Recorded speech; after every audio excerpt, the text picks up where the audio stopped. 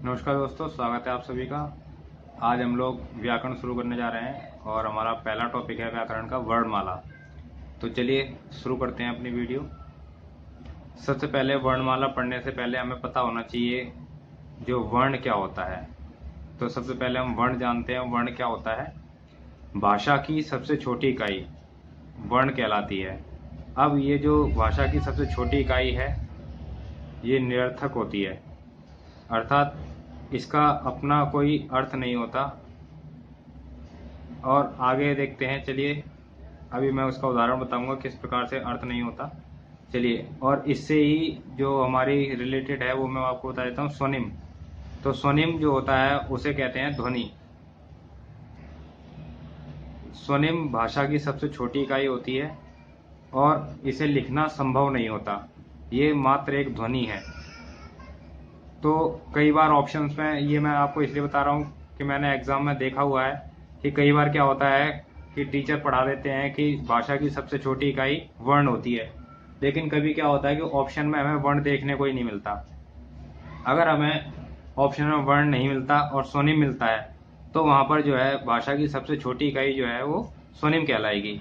तो बस इसी बात को आपको याद रखना है, इसीलिए मैंने इस चीज़ पे स्टार दिया हुआ है कि मुझे सिर्फ वर्ण बताना था, लेकिन मैंने ये क्वेश्चन देखा हुआ है कि वहाँ ऑप्शन में वर्ण नहीं है हमारे पास में और स्वनिम है। तो बच्चे जो वर्ण पढ़ के जाते हैं या तो वो कहते हैं कि ये क्वेश्चन ही गलत है और वो स्वनिम के बारे में उन्हें पता नहीं होता। तो आपको याद रखना है कि भाषा की सबसे छोटी इकाई जिसे लिखा जा सकता है वो वर्ण है, लेकिन स्वनिम उससे भी छोटी इकाई है लेकिन उसे लिखा नहीं जा सकता क्योंकि वो एक ध्वनि होती है। तो इसलिए आपको जो भी ऑप्शन में मिलेगा, अगर दोनों ऑप्शन में मिलते हैं तो वर्ण ही आपका जो है उत्तर होगा। अगर वर्ण नहीं मिलता तब जो है आप स्वनिम पर निशान लगाएंगे। वर्ण आप लोगों को समझ में आ गया। अब आते हैं हम वर्णमाला पे। तो वर्णमाला, हमने वर्ण पढ़े हुए हैं तो वर्णों के व्यवस्थित क्रम को वर्णमाला कहते हैं। यही जो वर्ण हमने पढ़े हुए हैं उन वर्णों का जो व्यवस्थित क्रम होगा वो वर्णमाला कहलाएगा। आगे आते हैं शब्द। ये मैंने जो स्टार लगाया हुआ है ये सारे इससे रिलेटेड हैं और यहाँ से प्रश्न पूछा गया है। जब मैं शब्द और वाक्य पढ़ाऊंगा तब वहाँ पे इनके बारे में डिटेल में बताऊंगा, लेकिन यहाँ पर इससे रिलेटेड थोड़ा सा ये आ रहा है इसलिए मैं आपको बता रहा हूँ कि ये जो है यहाँ पे ये पूछा गया है एग्जाम्स में। तो शब्द के लिए पूछा जाता है कि भाषा की इकाई कौन सी है, भाषा की या फिर भाषा की इकाई किसे कहा जाता है। तो भाषा की इकाई जो है वो शब्द को कहा जाता है। और वाक्य के बारे में पूछा जाता है कि व्यवहारिक भाषा की इकाई किसे कहा जाता है। जब भी पूछेगा कि व्यवहारिक भाषा की इकाई किसे कहा जाता है तो हम उत्तर देंगे वाक्य। अगर पूछता है कि भाषा की सबसे छोटी इकाई कौन सी है तो हम उत्तर देंगे वर्ण। तो इस प्रकार से ये तीनों तीनों एक दूसरे से जुड़ी हुई हैं, इसलिए मैं आपको यहाँ पर बता रहा हूँ। चलिए अब वर्णों के बारे में देख लेते हैं कि वर्ण कितने होते हैं। तो मुख्य रूप से ऐसा देखने को नहीं मिलता कि वर्ण जो है कितने प्रकार से हैं या कितने वर्ण होते हैं, क्योंकि अलग अलग जो कवि हैं या लेखक हैं, व्याकरणविद हैं, अलग अलग उन्होंने वर्णों के बारे में जो है उनके मत अलग अलग हैं, उनके भिन्न भिन्न मिलते हैं हमें।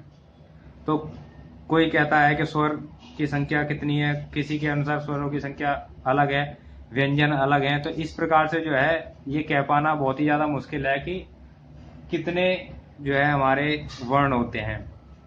मुख्य रूप से माना जाता है कि 52 वर्ण होते हैं, जिसमें से जो है स्वर जो है वो 11 होते हैं और अन्य जो बचेंगे वो व्यंजन बच जाएंगे। और बाकी हम जो है ऑप्शन के हिसाब से निकाल पाएंगे कि कौन से हैं। वो आगे मैं आपको बता दूंगा कि जैसा ऑप्शन होगा उसके हिसाब से हम कैसे पता लगाएंगे कि कितने वर्ण हैं उस ऑप्शन के हिसाब से। चलिए चलते हैं आगे।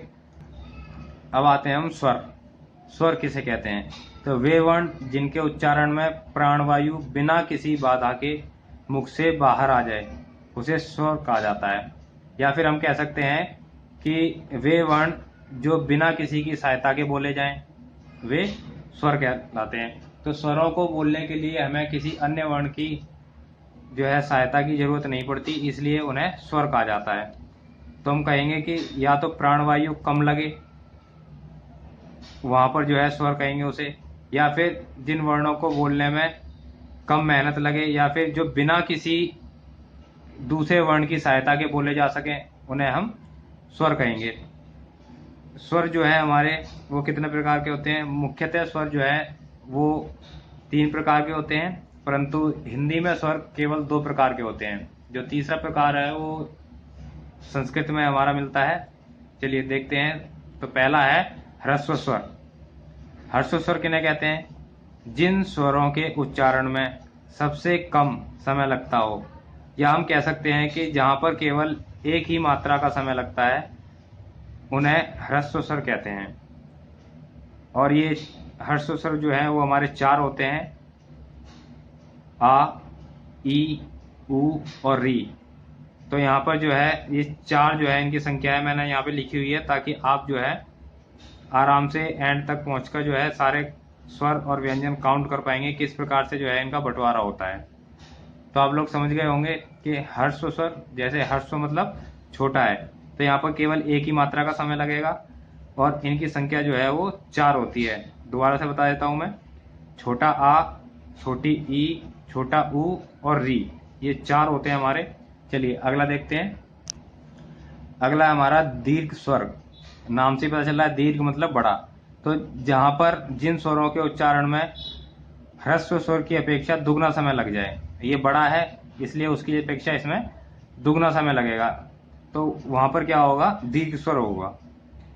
अब इसका जो उदाहरण होगा, दीर्घ का मतलब बड़ा, तो उदाहरण में हम देखते हैं कौन कौन सा है। अब दीर्घ स्वर, सबसे पहले बताना चाहूंगा आप लोगों को, दीर्घ स्वर के भी 2 भेद होते हैं, 2 प्रकार से उनको बांटा जाता है।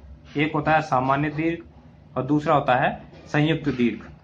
तो सामान्य दीर्घ में कौन से होते हैं? देखिए, बड़ा आ, बड़ी ई और बड़ा ऊ, ये होते हैं सामान्य दीर्घ।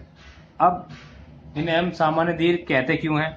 देखिए मैंने आप लिखा हुआ है नीचे, जो बड़ा आ है वो आ जमा आ, दोनों जो है एक ही प्रकार के, या फिर हम कह सकते हैं समान जाति के जो हमारे वर्ण हैं उनसे मिलकर बना हुआ है, इसलिए हम इन्हें सामान्य दीर्घ कह रहे हैं।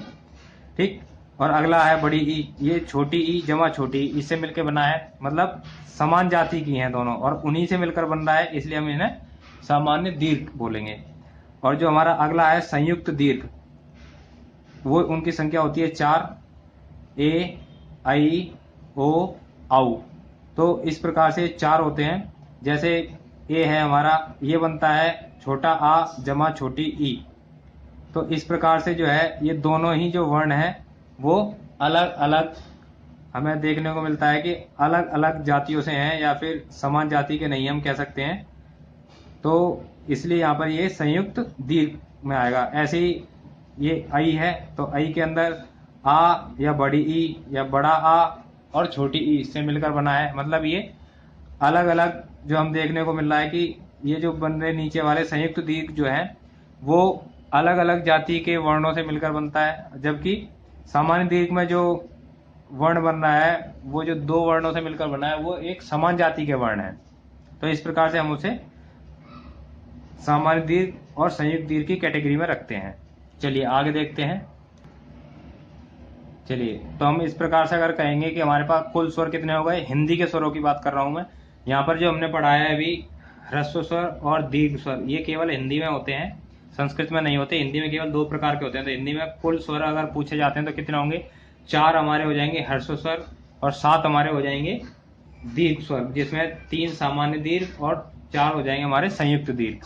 तो इस प्रकार से स्वरों की जो कुल संख्या होगी वो होगी 11। चलिए अब आगे बढ़ लेते हैं हम। तीसरा है हमारा प्लुत स्वर। दोस्तों ये बताना चाहूंगा कि प्लुत स्वर केवल संस्कृत में होता है, हिंदी के अंदर इनका प्रयोग नहीं होता। चलिए पढ़ लेते हैं। मैंने जिन स्वरों के उच्चारण में सबसे अधिक समय लगे, या फिर हम कह सकते हैं कि जहां पर जिन स्वरों के उच्चारण में 3 मात्रा का समय लग जाए वहां पर प्लुत स्वर होता है। जैसे कि ये हम देख सकते हैं कि ओम है। अब जब हम ओम को बोलते हैं तो बहुत ही ज्यादा समय लगता है, और ये जो है हमारा आ, और इसको ये जो हमारा आ बना हुआ है इसमें 3 जो आ है, 3 मात्रा है, उनका समय लगता है। तो इसलिए इसको हम कहते हैं प्लुत स्वर। चलिए और आगे देख लेते हैं। इस प्रकार से अब हम कह सकते हैं कि हमने जो ये टाइप पढ़ी है प्लुसर, ये केवल संस्कृत में है, इतना महत्वपूर्ण नहीं है हमारे लिए। फिर भी एक एग्जांपल यूज हम कैसे करते हैं, जैसे कि किसी को बुला रहे हैं हम दूर से, तो इसका हम जो हमारा आ है इसका प्रयोग कर लेते हैं हम। जैसे हमने कहा कि राम, तो राम जैसे ही कहा तो राम में तो हम थोड़ी, अगर हम गैप दे के राम बोलेंगे, बहुत तेज आवाज में बोल रहे हैं राम ऐसे करके, तो उसमें क्या होगा, जैसे हम चिल्लाते हैं तो उसमें इस प्रकार के शब्दों का यूज होता है, तो ये वाली मात्रा वहां पर लगाई जाती है। चलिए, तो दोस्तों इस प्रकार से हम लोगों ने आज स्वर पढ़ लिए हैं, और अगली वीडियो में हम लोग व्यंजन पढ़ेंगे। अगर आप लोगों को मेरी वीडियो पसंद आई हो तो प्लीज़ लाइक, शेयर और सब्सक्राइब जरूर करें, और बेल आइकन को भी दबा दें ताकि मेरी आने वाली वीडियोस की अपडेट्स आप लोगों को मिलती रहे। और आगे भी मैं आप लोगों को इसी प्रकार से वीडियोस देता रहूँगा, ताकि आप लोग जो अपना लक्ष्य बना के चल रहे हैं उस लक्ष्य में आप लोगों को सफलता मिल सके। तो चलिए दोस्तों, मिलते हैं अगली वीडियो में व्यंजन के साथ में। धन्यवाद।